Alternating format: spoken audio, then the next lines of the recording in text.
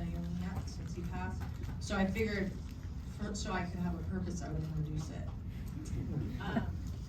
So when I was going to direct my first short film, I sat with my dad and I said, you know, let's sit together and let's have a powwow. And he's like, okay, I'll teach you everything you need to know. I'm like, oh, yeah, sure. He wouldn't have a- He'd already taught me, you know, growing up with all the films and him and my mother probably fought, but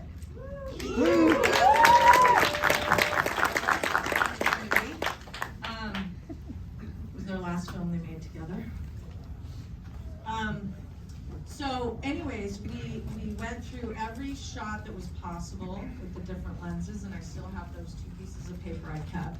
And he used, this has really stuck with me, he used an example of this scene when Tatum and Ryan are in the car and they're driving, and it's one shot and there's no cut. And I think they had to shoot it 17 or more times. I'm probably not going to remember the number because Tatum kept messing it up. It's always hard to do a scene where there's no cut. And I think it's like a 9-minute scene, maybe it's less. And anyways, he said that the reason he never did a 2-shot, and he did it as a master, is because from the director's point of view, we wanted the audience to feel like they were connected. And it's actually the first time that they're really connected in the movie, at least that's what he told me. So he didn't shoot any coverage, and he just did it 1 shot all the way, so we would feel like they were a team. And that's really stuck with me in terms of my learning where to put the camera, if I'm gonna do coverage and I'm not gonna do coverage. So that's my story for Paper Moon. It still feels like my dad is here. I was talking to my sister today. I'm like, it hasn't quite hit me. I think he's gonna show up. So I love that you guys all came out tonight, because this is the only way we're gonna keep him alive is through his movies.